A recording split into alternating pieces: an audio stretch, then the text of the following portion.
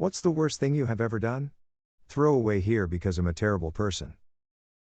When we were 10, my best friend and I were always bullied by this kid who lived in our complex. He was one of those sneak bullies too, who acted so lovely around adults but was a holy terror when they weren't around. So one day after he held my friend down and made him eat dog shit, we hatched a plan to put him out of commission. We found a Windex bottle and filled it with a bunch of different cleaning agents, one of them being bleach. Then we went looking for him. When we found him, he asked my friend if he was still hungry and wanted some more. And when he came over to us, I squirted him right in the face with the bottle. A good few squeezes worth. He ended up going to the hospital with chemical burns and lost all of the sight in one eye and partial sight in the other. He Facebooked me a few years back and apologized for how he had treated us and actually thanked me for what we did to him. He said it was a real eye-opener, his pun, not mine, and he now works exclusively with blind children and says it's incredibly rewarding. Edit. Wow, this really blew up overnight. Figures the most horrible thing I've ever done would be my top-rated comment ever. Have a bunch of question replies in my inbox, so I'll do my best to get to them over the day when I'm on break.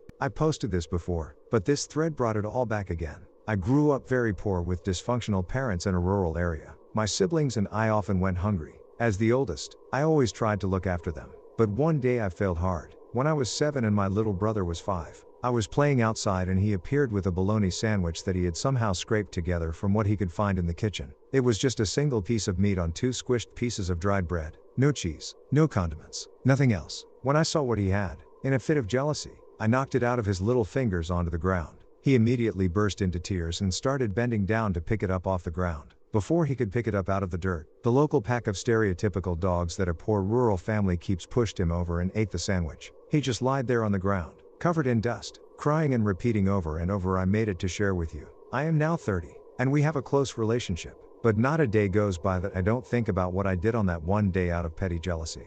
I want to apologize, but I really am hoping that he does not, or will not remember it. TL, Doctor, I destroyed the food of my sibling in a starving situation. Update, I talked to him this weekend while working on our cars. He said that he did not remember it. He made such light of the situation that I could not even start to explain how sorry I was about it without seeming overly dramatic. I do feel better though. Thanks everybody for talking me into getting this off my shoulders. This actually made me shed a tear. It speaks volumes about you that you still think about this and feel bad. You should apologize. You will feel better, even if he really doesn't remember. I'm a big guy, 6'2", 280 pounds, bearded. I was walking through the mall one day and went to hitch up my pants. I chose to do that. However, at the exact time that a small Hispanic woman was walking by with her baby in her arms, I accidentally elbowed that baby right in the face. The woman, very timidly, said, "Oh, lo siento," and ran off in the opposite direction. Inadvertent baby abuse stories were an unexpected surprise in this thread. I was walking downtown one night after leaving the bar, around midnightish, and I had to walk a few blocks to my car. Parking is awful in the city on a Friday night. Well, halfway there when there wasn't anyone around, someone comes up behind me, taps me on the shoulder and tells me to give him my wallet, or it will be bad, as he had his hand deep in his pocket. I don't know if he had a gun on him, but all I could think about was getting stabbed or shot, which I really didn't want to go through. So I preempted him, reached for my wallet and grabbed my knife, put my hand in his face and stabbed him in the stomach 3 times and ran as hard as I could for probably a mile. Never told anyone. Never called the cops, as it seemed like that would put me in a worse spot. No idea what happened to him. TLDR, probably stabbed a guy to death. Did this not make you totally paranoid for ever? My half-sister, who lived with her father in another state, died of a brain tumor when I was 17 and she was 15. The tumor pressed on her vocal cords, causing her voice to be very high-pitched and breathy. For the last 6 months of her life, I refused to speak with her on the phone because her voice reminded me of her, at the time, untreatable cancer and, at the time, inevitable death. This was in 1987 and I still hate myself for it. TLDR, blew off my dying sister, who I love very much. Too scared to speak. At laser tag, I accidentally knocked down a little girl when we collided while rounding a corner. Instead of helping her up, I shot her for the points and ran away. It's laser tag. She knew what she was getting into. I was 11 years old. Asked my grandma, who was raising me, to buy me an Oreo McFlurry from Dairy Queen while she was running errands. She didn't want to because it was out of her way. I persisted and she continued to say no. 2 hours later she came back and stopped her car at the end of the driveway and paused for a while, like she was going to back up and do more errands. I came out to see what was up and she rolled the window down and handed me an Oreo McFlurry with the biggest smile on her face. I took it and threw it down on the lawn because I was a hyper prick and was pissed that she said no earlier. I remember her smile going to a WTF face after I threw it. She died of cancer a year later. I'm 24 now and to this day that is my saddest memory ever. She chose to raise me after she had already brought up her own kids and was the best person ever. I'm so sad this is the first thing that come to mind when I think about her. Peace. I'm a piece of shit. I miss you mama. Sorry. Damn that's bad. Coming from someone who really loves his grandma. It hurt me to read this. I hope beyond this specific memory, you guys both know you loved each other. Living in abroad in Australia, I had sex with my German coworker who had a boyfriend. She was in the country for 3 years on a domestic partnership visa and only had to stay for 6 more months to get full permanent residency. When her boyfriend found out he broke up with her and alerted immigration, he was her visa sponsor. She was deported back to Germany. DR, I fucked my coworker and got her deported. I was walking a big city in an area unfamiliar to me an evening this summer. A few hours before sundown. It was in a residential about a 20-minute walk from the city center. There wasn't a whole lot of people on the street and only a little bit of traffic. Now, on to the actual event. As I walk, a car drives by me and turns in on a street I just passed. The car is going faster than is safe, and I hear a young woman screaming something from the half-open Passenger door. I think crazy assholes to myself and keep walking, as did everyone else who was out. It was only later that night when I thought back on it that I realized something. The woman had screamed help. I was mortified. The fact that neither I nor anyone else on the street did a single thing to help her made me feel sick. As far as I know, no one checked up on the situation. No one called the cops. No one did anything. The worst thing is I have no idea what happened to the girl. She could have been victim of a kidnapping for all I know. Fuck. Even calling the cops hours later and telling them you heard woman on such and such street screamed for help from a color sedan/truck/van at rough estimate of time would have been valuable information. Edit. In fact, you should still call. It seems worthless, but for all you know they have a suspect in a case with nothing on him. And the police finding out his type of car and his color was reported near her work/home with a screaming woman could change whether the woman, or her family, ever sees justice. I was climbing a tree with my friend when we were in first grade. I was the better tree climber as he was sort of a inside all the time kind of kid. For some reason I thought it would be awesome to pee from the top of the tree. While peeing I thought it would be awesome to pee on him. So I did. Just a few months ago I went on a road trip with the wife and kids. On the way back my son made us take an emergency potty break. When I got out to get him out of the car I found a wallet on the ground. I picked it up, got back in the car and opened it up. Has several credit cards, SS card, bank card, DL, $879 and several other items. Looked the guy up on FB and sent him a friend request with a message saying I found his wallet. Fast forward about 2 weeks. Don't hear from him. Contact his relatives. They have him call me. Guy wants me to bring it to him. A 1.5 hour ride away. I tell him it's not possible. I'm too busy. He says that's fucked up bro. I say sorry, but I can meet you halfway this weekend. Guy says cool. He then tells me he doesn't remember how or when he lost it because he was fucking hammered. Fast forward to the weekend. I arrive at the location he decided on and wait for him for over 30 minutes. He finally calls and says my bad bro. I was at the bar with my friends and forgot about you. I'll be there in about 10 minutes. 45 minutes later he shows up. Walk up to me and says 1 second bro. I gotta piss. He is obviously intoxicated. Makes me wait while he goes in to piss. For some reason my inner voice said fuck this guy. So I took the money out of the wallet. Just seconds later he walks up and I hand him his wallet. He says thanks, snatches it from my hand and leaves. And I don't feel bad at all. Not one bit. DR found a guy's wallet. He was a dick. Took his $879. Feel good about it. Who the fuck carries around almost $1,000 in cash? And then doesn't even check if it is still there? I wouldn't kill the person I loved. She was a day from the end of her life. Cancer had eaten her liver. She went yellow. Her liver couldn't filter out water anymore, so her lower half was swelling up. This meant she couldn't move her legs. She used to be a ballet dancer. She had a Hickman line, a tube that connects to an artery in the chest. It's used for putting chemotherapy into the bloodstream. She decided to cut through the tube so that she would bleed to death. She did that, looked at me and said, why isn't it working? It failed because of blood pressure. If she was lying down it would have worked. I closed up the end of the tube. I knew she was dying. I knew she going to suffer another day. But I wouldn't let her die. I even thought you'd be better off dead and I was too selfish to let go. She was always brave. And she chose to die on her terms. But I'm coward and I made her suffer because I'm weak. I let a man die that I could have saved. Next time someone tells you they're going to kill themselves, consider discreetly getting them help by any means. This was about 20 years ago, so it's been a while. I grew up in NY. The school I went to had about 3 white kids, 2 Hispanic and 2,300 or so black students. I was one of the white kids. I was a typical inner city child. Listened to punk, skateboarded and all that. I got jumped. A lot. To the point where I eventually left school. But this story is one of the reasons I left. So there were twins at the school. Let's call them John and Jonte.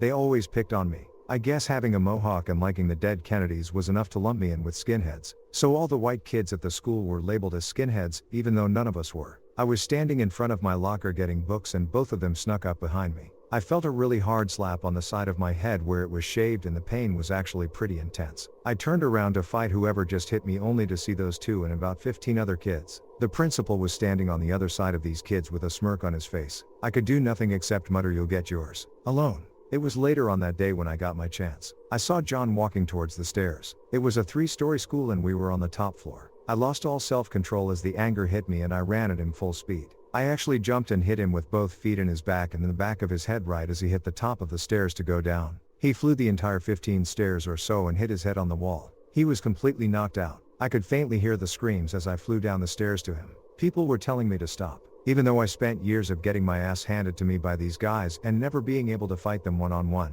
This was my first chance. I hit the landing where his body was laying and I jumped in the air and landed both feet on his head. That sound is something I will never forget. From what I understand, he had surgery from that. I ended up in a boys' home as well because of it. But to this day I feel incredibly shitty that I ever did this to him. It just goes to show what can happen if you spend so long getting physically abused by people and not having adults who are willing to intervene. Before you say I am absolutely horrible for this. This happened 2 years earlier. I was skating home with some friends. We were on the road and who walks out of a store but the twins. They see me and my friends and the first thing John, the one I drop kicked, threw a full Snapple bottle at me. It hit me right in the nose and shattered the bridge of my nose. They actually ran while my friends scrambled to chase them down and see if I was alright at the same time. My childhood was a mess. Edit, removing needless to say so people stop picking on the guy who never graduated high school for grammar. While my uncle was dying in a hospice unit I was jerking off next to him. It was my turn to stay for the night. I was bored and had a laptop with a decent Wi-Fi connection and one thing led to another. After I cleaned up I noticed the room was really quiet and checked his pulse and called the nurse to tell him he had died. I still feel terrible. What the fuck? I was at Dave and Buster's heading back to my friends with a huge mug of beer in my hands. An oblivious little girl runs right towards me, her head equal level to my mug. I barely avoid her spilling a good splash of beer in the process. I yell, "Hey!" and turn around to further chastise the little girl. She looks back at me and trips, falling, then wham, the little girl that was chasing the first girl runs smack into my mug. The whole fucking thing empties on her head. 2 little girls are on the floor crying hysterically, one drenched in beer. Their parents were then in a flash. The first thing that came out of my mouth is, "You guys owe me a new beer." Fuck places that mix a bar scene with Chuck E. Cheese. When I was 6 years old, my buddy and I decided to put a boulder on a seesaw and see if we can make it catapult. We were 6 years old, damn it. I was a wee kid and couldn't get a proper grip on it. I accidentally dropped it and my friend's hands got caught underneath the boulder on cement ground. He started screaming and I got so scared I just ran away. He stayed like that for a few hours. Edit, oh wow, I didn't expect this to get this big.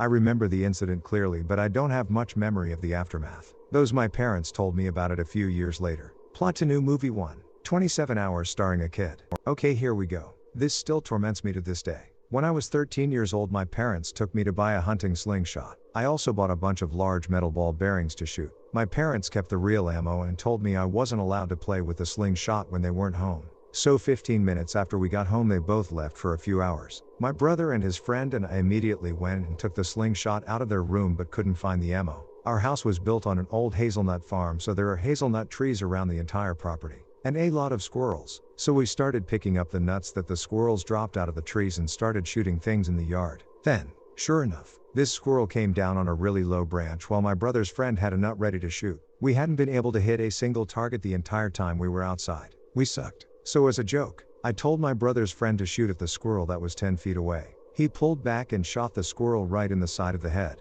It fell out of the tree and was paralyzed on the left side of its body, but it was kicking with the 2 feet on the right side and was spinning in a circle making these horrible shrieking noises. There were blood bubbles exploding out of its nose, mouth, and eyeball all at the same time. It was screaming this shrilling bloody murder noise and it was my fault that it was writhing in horrendous pain. I swear to God I could feel the pain it was experiencing. I thought quick and realized that I had to put it out of its misery, so I grabbed a big branch off the ground and started hitting the squirrel as hard as I possibly could. It wouldn't die. I was smashing the shit out of that little critter and it took at least 8 to 10 hits to finally kill it. Once it was dead I dug a hole and buried the little guy and apologized to it over and over, petting it and telling it I was so sorry. I am 31 years old now and after almost 20 years, I still get sick to my stomach every time I think about that. Fuck, I suck. A number of years ago I was addicted to cocaine. Part of that addiction was selling it in order to support my own habit. which in itself is a pretty bad thing. However, I took it way further than that one weekend. I had just bought a large amount with the intentions of getting a hotel room at the local Six and hustling out of there for the weekend. On my way there I had a friend in the car with me and he recognized a girl walking and wanted to stop and say hi to her. I pulled over and they chatted a bit and he asked what she was doing. She told him she was on her way to a local area that was known for crack. I kind of laughed to myself because I knew I had the best coke in the area. She asked what all that was about, so I asked her if she knew how to cook her own. She did, so I told her to hop in. No need for her to go get ripped by a crack dealer. I had the best shit around. She jumped in and we went on our way. My friend had already told me she was a crack whore and this got my cocaine-fueled insane brain chugging along. When we got to the room I sold her $10 worth and she cooked it up and took the first hit as soon as she could. I swear her eyes got as big as saucers and she asked if I had enough to keep her going all weekend. I told her as long as she had the money, I could do it. I spent the next 2 days straight watching her buy a small amount, cook it up, smoke it up, leave and do her business, come back, buy a small amount, cook it up, etc., etc. I think I made about $2,500 off her that weekend while she whored herself out to anyone with $10 or more. I didn't do it because I needed to. I could have sold larger amounts to a few of my regular people and accomplished what I needed to in order to get high all weekend for free. I did it because I had never done anything like that before and I wanted to know what it felt like while it was happening and I was staying high snorting. It was pretty amazing feeling. Looking back on it now I'm disgusted with myself. TLDR pimped a crack whore out for a weekend because I could. I have a friend that used to be heavily involved in meth. He was hanging out with another dealer and some chick had come by and was begging for some. Twacked out of his mind. He told her if she let his pit bull fuck her he would hook her up. So she got down on the floor in the middle of the living room and fucked the guy's dog. My friend said that seeing that was what led him to get away from meth altogether. And now he's been clean for 10 years. It's amazing what an addict will do for a fix. I created a fake username on Reddit and did an AMA posing as a celebrity. And as proof sent the mods a photoshopped picture, which they never questioned. They had sex with a girl while her boyfriend was away at his father's funeral. To be fair, to me. Of course, she told me they'd broken up and I didn't know anything about the funeral. But I still felt terrible after I found out. Turns out the guy inherited 7 figures though. Which he told the girl while dumping her. Ha! Dude hated me hard for years. Understandably. I used to try and get my parents' lawn mowed, riding mower, at the same time each weekend and the summer turned into fall. I would end up finishing their huge lot after the sun had already set. I was just finishing up the last section and heard a loud cracking spitting noise and a huge cloud of fluff shot straight out the blower. I dismounted the mower and used my phone light to see that I had ran over a nest of about 10 baby bunnies, literally shredded into 1,000 pieces across the lawn into our neighbor's fence. I heaved a great sigh and wept a little as I raked up their remains into the fire pit. Mostly try and forget this one. Silence of the bunnies. When me and my wife first started talking some years back, there was this guy that really liked her as well and had for much longer than I had known her. Fast forward a few weeks and we became a bit closer and he just wouldn't give it up. I told him over and over to just drop it since we were decent friends at the time and could be light about it. Of course he didn't, so it became more personal and negative to the point where we almost fought a few times from him running his mouth a little too much. Now is the time to preface this with a small backstory. He had previously fathered a child with a girl and on a trip to a neighboring town one afternoon they were in a car accident and killed. He was destroyed by it. Fast forward to when he was at stalker level with my wife. I finally sort of snapped and got a hold of him and told him that there was really no point in living anymore and it seemed to be about time for him to go be with the only people that would ever love him by offing himself. At the time it worked wonders in getting him to literally drop all contact with her and he eventually left town. He, sometime later, found another lady friend and they are married and with children, so he ended up okay. I felt no remorse at the time, but now I can understand that it was probably one of the most fucked up things I could and will ever say. You might seem like an asshole, but in all honesty, what you did there might actually have been the reason he pulled himself together.